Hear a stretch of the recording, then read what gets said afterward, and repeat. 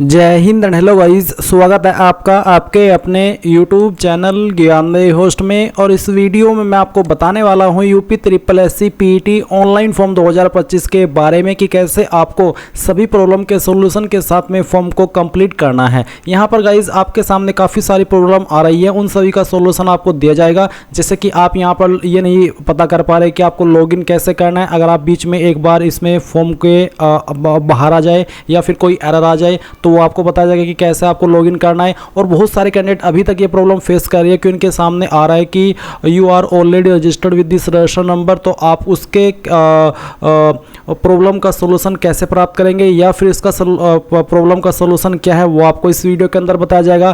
Photo upload कैसे करना है अगर आप बीच में रह गए हैं या फिर अगर आप अपना फॉर्म कंप्लीट कर चुके हैं और आपने देखा कि मेरा फोटो गलत अपलोड हो गया तो आप उसको रीअपलोड कैसे करेंगे, कैसे मॉडिफाई करेंगे वो आपको बताया जाएगा। फीस आपको अपडेट कैसे करानी है अगर आपकी बैंक अकाउंट के अंदर से कट हो गई और वेबसाइट के ऊपर अपडेट नहीं तो आप उसको कैसे अपडेट कराएंगे वो बताया जाएगा। साथ ही साथ आपको कंप्लीट फॉर्म को फिल करने का प्रोसेस इस वीडियो के अंदर बताया जाएगा। तो वीडियो को आपको बिना स्किप किए पूरा देखना है। अब चलिए शुरू करते हैं। अगर आपने अभी तक वीडियो को लाइक शेयर न किया हो तो कर देना और चैनल को सब्सक्राइब कर लेना। इसके बाद में जो लिंक वीडियो के डिस्क्रिप्शन में दिया है आप ओपन करेंगे, आपके सामने इस फॉर्म की जानकारी आएगी जहां पर जानने को मिलेगा कि 10वीं पास कैंडिडेट ऑल इंडिया से अप्लाई कर सकते हैं। एज लिमिट 18 से 40 साल के बीच रखी गई है। कौन सी कैटेगरी को क्या फीस पे करनी है वो आप यहां पर इस टेबल में देख सकते हैं। फिर फॉर्म को आप लोग 17 जून 2025 तक भर पाएंगे। गाइज मैं आपको बता दूं कि ये फॉर्म आपके लिए इसलिए भी महत्वपूर्ण हो जाता है क्योंकि जब आप इसमें अप्लाई करेंगे पीटी 2025 के अंदर जो आप इन्फॉर्मेशन भरेंगे, फिर जब आप अगले 3 साल के अंदर जो भी भर्ती निकलेगी यूपी ट्रिपल एससी के अंदर उसमें आप कोई भी चेंजेस नहीं कर पाएंगे। इसलिए आप कोई भी गलती मत करिएगा, नहीं तो आप बाद में बड़ा पछताएंगे। तो ये चीज़ आपको क्लियर हो गई। अब आप यहाँ पर देखेंगे कि 2 वीडियो मैंने बनाई हुई है जिसमें कि मैंने इन सभी प्रॉब्लम के सॉल्यूशन इस वीडियो में स्पेशली दिए हैं। तो आप चाहे तो अगर आपका इनमें से कोई सवाल है इस वीडियो को वॉच कर सकते हैं। अगर आपको फोटो साइन नहीं पता कि कैसे बनाना है, कितने साइज के अंदर बनाना है, मोबाइल से कैसे बनाना है और कैसे अपलोड करना है, उसके लिए भी आप ये स्पेशल वीडियो देख सकते हैं। अभी आप यहाँ पर इंपॉर्टेंट लिंक के सेक्शन में आएंगे और अप्लाई ऑनलाइन लिंक ओपन करेंगे, आपके सामने कुछ ऐसा इंटरफेस आ जाएगा। तो सबसे पहले मैं उन कैंडिडेट को यहाँ पर बताता हूँ जो कैंडिडेट ये वाली प्रॉब्लम फेस कर रहे हैं कि उनको ये एरर आ रहा है कि already registered with this personal details. तो आपको उसका सोल्यूशन कैसे मिलेगा। तो सबसे पहले तो आप कैंडिडेट हेल्प के सेक्शन में आइएगा और नो योर रजिस्टर नंबर इसके ऊपर क्लिक कीजिएगा। देन यहाँ पर आपका फुल नेम डालिए, उसके बाद में आपका फादर का जो नेम है वो डालना, फिर डेट ऑफ बर्थ सेलेक्ट कर लेना, ये वेरिफिकेशन कोड डालना और सर्च के ऊपर क्लिक करना। जैसे आप सर्च के ऊपर क्लिक करेंगे तो आपका अगर कोई रिकॉर्ड्स अवेलेबल है यूपी ट्रिपल एससी की वेबसाइट पर तो वो आपको यहाँ पर इस तरह से देखने को मिल जाएगा। मैंने पीटी 2021 दिया था और 2023 दिया था तो यहाँ पर मेरे सामने वो रजिस्टर नंबर आ चुके हैं। आपको ये रजिस्टर नंबर यहाँ से नोट कर लेना है। उसके बाद आप यहाँ पर होम पेज पर आएंगे। होम पेज पर आने के बाद में बहुत सारे कैंडिडेट जब इसमें इस रजिस्टर नंबर के साथ में लॉगिन करते हैं, जैसे कि लॉगिन कैसे करना है वो भी आप यहाँ पर जान लीजिए। आपको नोटिफिकेशन एडवर्टाइजमेंट के सेक्शन में आना होता है, अप्लाई के ऊपर क्लिक करना होता है, फिर आप यहाँ पर कैंडिडेट रजिस्ट्रेशन के ऊपर क्लिक करेंगे और उसके बाद में ये डिक्लेरेशन एक्सेप्ट कर लेंगे और फिर आपको यहाँ पर इस वाले ऑप्शन में यस करना होता है कि हाँ मैंने पहले भी पीटी 2021 या फिर 2023 दिया और मेरे पास रजिस्टर नंबर अवेलेबल है। फिर आप यहाँ पर प्रोसीड के ऊपर क्लिक करेंगे। आपका जो पीटी का रजिस्टर नंबर है वो यहाँ पर डालेंगे, जैसे कि मैं आपको डाल करके दिखा रहा हूँ। मैंने यहाँ पर डाला अपना पुराने वाला और फिर मैं प्रोसीड के ऊपर क्लिक करता हूँ और फिर आप देखेंगे नीचे आपका रिकॉर्ड आ जाएगा। अब मैं क्लिक टू अप्लाई के ऊपर क्लिक करता हूँ तो यहाँ पर मेरे सामने पीटी 2000 जो मैंने प्रीवियस दिया था उसकी इन्फॉर्मेशन आ चुकी है और जो इन्फॉर्मेशन मैंने भरी थी वो यहाँ पर दी गई है। अगर मैं इसको एडिट करना चाहूँ तो वो भी कर सकता हूँ और अगर मैं यहाँ पर नई सिरे से इसको भरना चाहूँ तो वो भी भर सकता हूँ। तो यानी कि सभी की सभी इन्फॉर्मेशन यहाँ पर एडिट वाले फॉर्म में है। आप यहाँ पर कोई भी जानकारी एडिट कर सकते हैं, बस जो आपका रजिस्टर्ड नंबर है और जो ईमेल आईडी है वो आपकी एडिट नहीं होगी, बाकी सभी जानकारी आप यहाँ पर एडिट कर सकते हैं। अब बहुत सारे कैंडिडेट यहाँ पर क्या प्रॉब्लम फेस करें कि जब वो रजिस्टर नंबर डाल करके आगे बढ़ते हैं तो तब भी उनको इनवैलिड वाला एक एरर देखने को मिलता है। वो किस लिए, तो गाइस चलिए उसका भी सॉल्यूशन आपको देता हूं। अगर आपको कोई एरर आ रहा है ये वाला प्रोसेस फॉलो करने में जो कि मैंने अभी आपको दिखाया है तो आप यहां पर एप्लीकेंट सेगमेंट के सेक्शन पर आएंगे और रिमेनिंग डिटेल सबमिशन इसके ऊपर क्लिक करेंगे। अब इसके ऊपर क्लिक करने के बाद में जो रजिस्टर नंबर अभी आपको मिला है, आपने प्राप्त किया है, वो यहाँ पर डालिएगा। जो डेट ऑफ बर्थ आपने फॉर्म के अंदर भरी थी वो डेट ऑफ बर्थ सेलेक्ट कीजिएगा, फिर अपना जेंडर सेलेक्ट कर कर लेना है, फिर बताना कि क्या आप यूपी से है या फिर नहीं, उसका आंसर आपको करना है। और उसके बाद जो आपकी कास्ट कैटेगरी है वो आप सिलेक्ट कर लेंगे, ये वेरिफिकेशन कोड डालेंगे और प्रोसीड के ऊपर क्लिक कर देंगे। इसके बाद में गाइज आपके सामने यहाँ पर जो आपका फॉर्म अधूरा है वो कंप्लीट करने का ऑप्शन आ जाएगा, और वो इसलिए आप यहाँ पर इस वाले माध्यम का इस्तेमाल करके अपना फॉर्म को कंप्लीट कर रहे हैं क्योंकि जब आपने उस वक्त फॉर्म को भरा था तो वो आपने कंप्लीट नहीं किया होगा, आप कहीं ना कहीं बीच में रह गए होंगे। इसलिए आप जब रजिस्ट्रेशन से शुरुआत करते तो आपको इनवैलिड का एक एरर आता है क्योंकि आप रजिस्ट्रेशन पहले से ही कर चुके हैं, और जब आप इस वाले माध्यम का इस्तेमाल करके फॉर्म को आगे बढ़ना चाहेंगे तो आप यहाँ से बढ़ जाएंगे। तो ये चीज़ आपको क्लियर हो गई। आप यहाँ पर देख सकते हैं कि अगर आपको पेमेंट में कोई इशू आ रहा है, आपने पेमेंट कर दिया और वो अपडेट नहीं हुआ है, तो आप update your transaction ID bye double verification mode इसके ऊपर क्लिक करके आपका रजिस्ट्रेशन नंबर डालेंगे, डेट ऑफ बर्थ सेलेक्ट करेंगे, जेंडर आप यहाँ पर सेलेक्ट कर लेंगे, फिर ये वेरिफिकेशन कोड डालेंगे और प्रोसीड कर देंगे। इसके बाद में आप यहाँ पर देखेंगे कि आपका जो आपने पेमेंट किया वो आपके सामने आ जाएगा।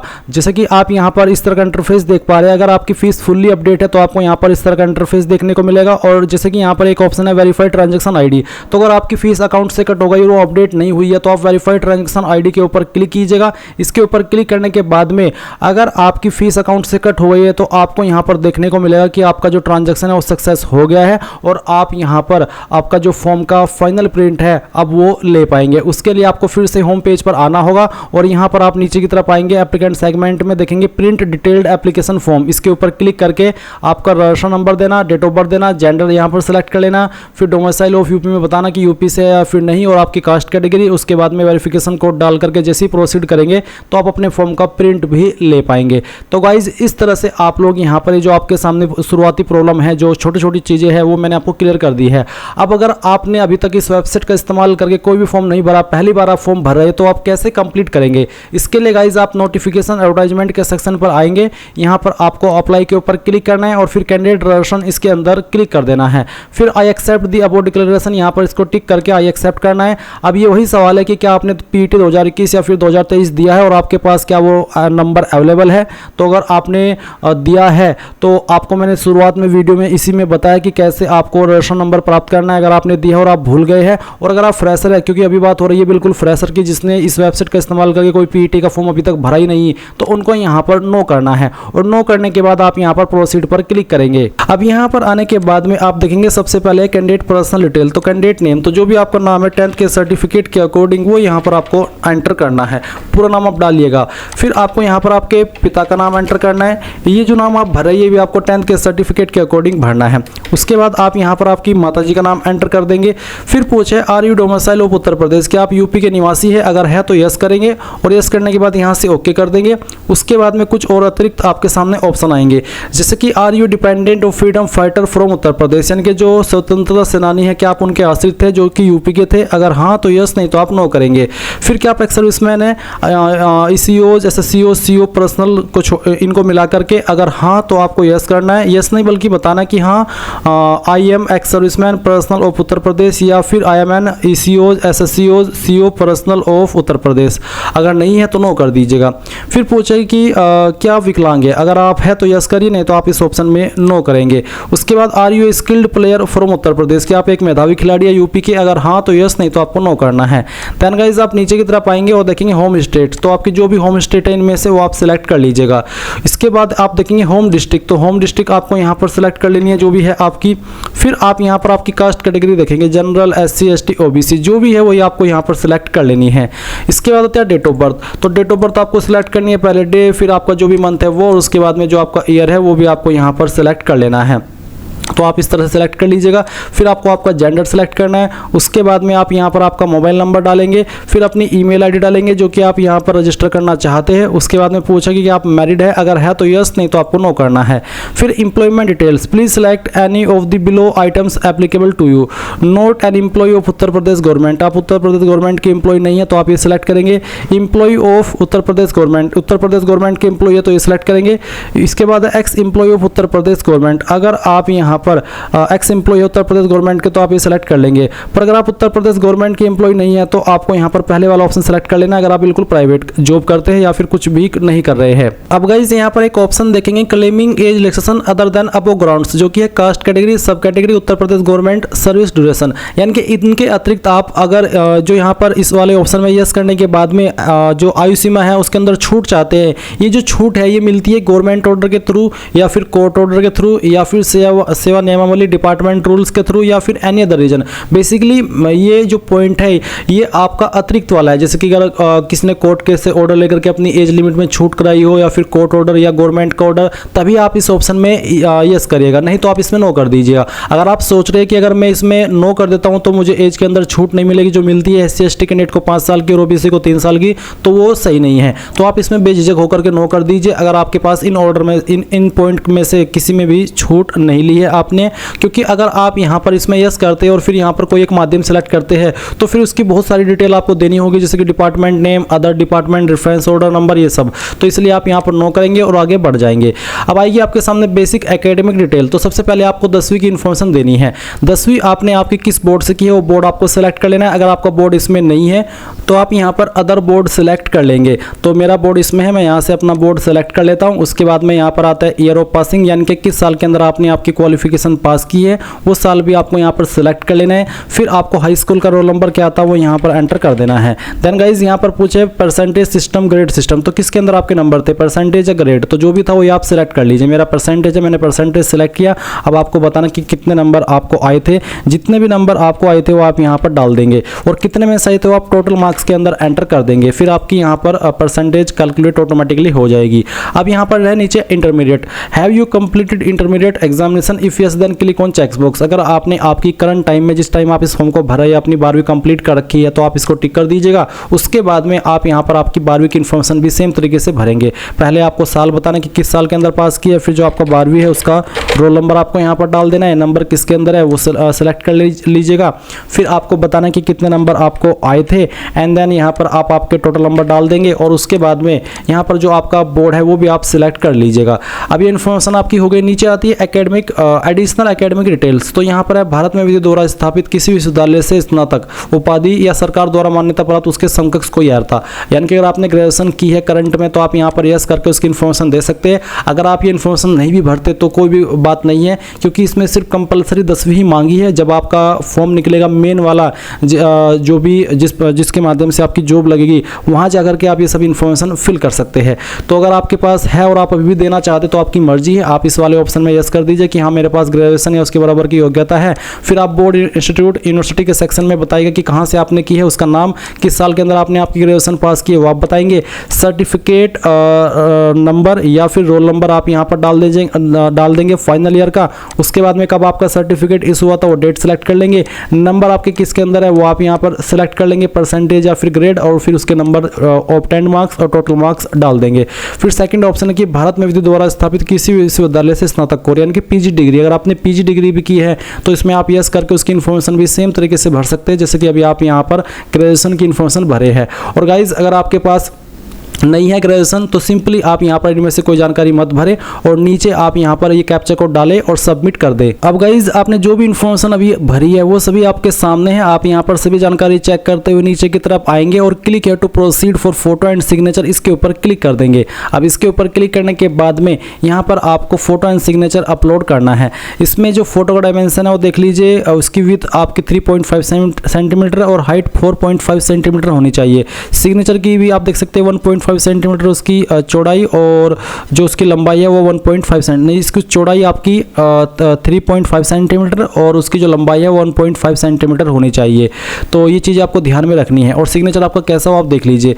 सिग्नेचर आपको इंग्लिश और हिंदी दोनों के अंदर करना है। ऊपर आपको इंग्लिश वाला सिग्नेचर कर देना है और नीचे आपका जो हिंदी नाम है वो यहाँ पर लिख देना है। साइज़ आपका जो रहना चाहिए वो 30 से 50 KB के बीच में होना चाहिए। फोटो का साइज़ तो 50 से 100 KB और सिग्नेचर का साइज़ आपका 30 से 50 KB। ये चीज़ें आपको यहाँ पर मेंशन की गई है, इसी के अंडर रह करके आपको ये चीज़ अपलोड करनी है। अब आप सिलेक्ट फोटो के ऊपर क्लिक करेंगे, फिर यहाँ पर ब्राउज के ऊपर क्लिक करेंगे और जहाँ पर भी आपकी फोटो फाइल है वो आपको सेलेक्ट करनी है। जैसे कि मैंने कहा कि मैं फॉर्म डेमो के लिए भरा हूँ, तो ये फाइल सेलेक्ट करता हूँ, यहाँ से ओपन कर लेता हूँ। इस तरह से आपका फोटो आएगा। आप इसको क्रॉप करना चाहे तो कर सकते हैं। फिर आप यहाँ पर सेव फोटो डाटा, इसके ऊपर क्लिक करेंगे, आपका फोटो सेव हो जाएगा अगर उसका साइज 50 से 100 KB के बीच में रहेगा। तो मैंने यहाँ पर एक दोबारा से फोटो को सिलेक्ट किया जिसका साइज 50 KB से प्लस था, तो यहाँ पर वो फोटो इस तरह से आ चुका है। अब आप सिलेक्ट सिग्नेचर के ऊपर क्लिक करेंगे, ब्राउज के ऊपर क्लिक करेंगे और जहाँ पर आपका सिग्नेचर है हिंदी और इंग्लिश दोनों के अंदर, तो मैं डेमो के लिए साइन सेलेक्ट करता हूँ, यहाँ से ओपन करता हूँ। इसका साइज आपको बोला है कि your browse file size 115 KB, जो कि आपको बोला है कि 100 KB से कम ही रहना चाहिए।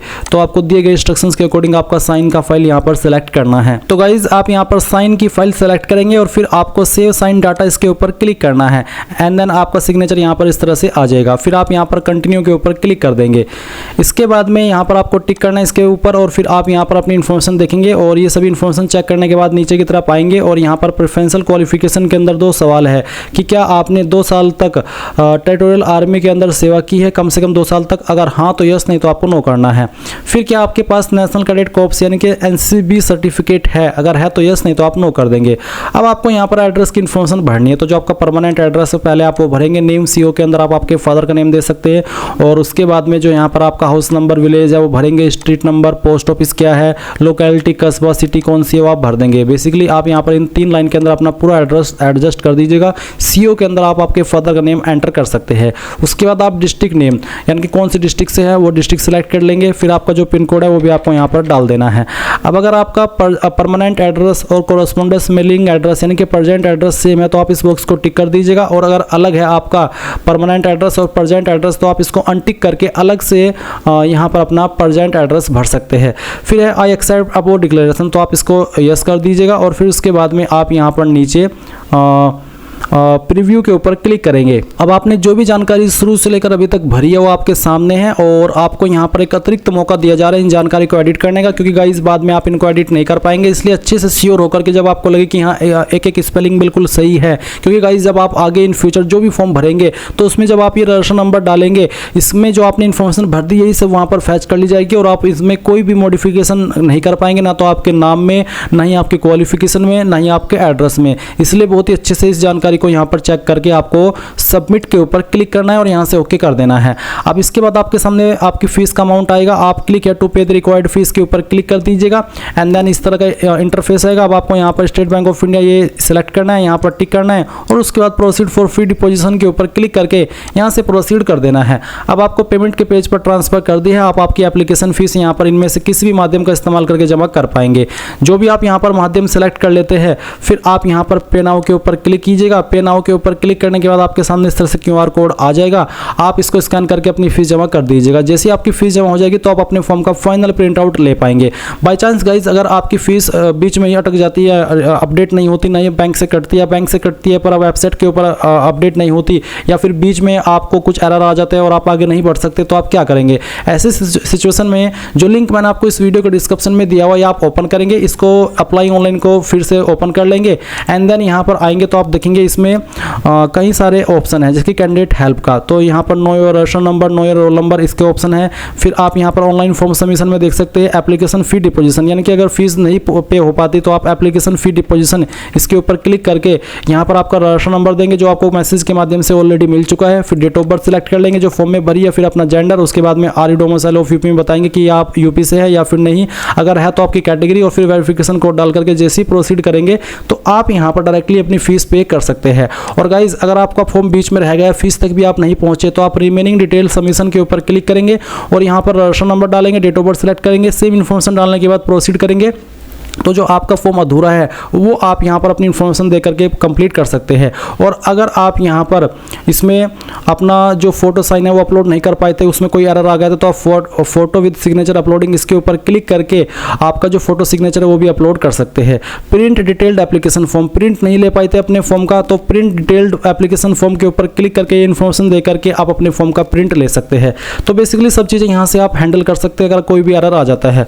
एंड ये थी आपकी UPSSC PET ऑनलाइन फॉर्म 2025 के बारे में पूरी जानकारी। आई होप ये प्रोसेस आपको पसंद आया होगा एंड अगर आपका कोई सवाल डाउट रह गया हो तो आप कमेंट के माध्यम से पूछ लीजिएगा। Thanks for watching. जय हिंद।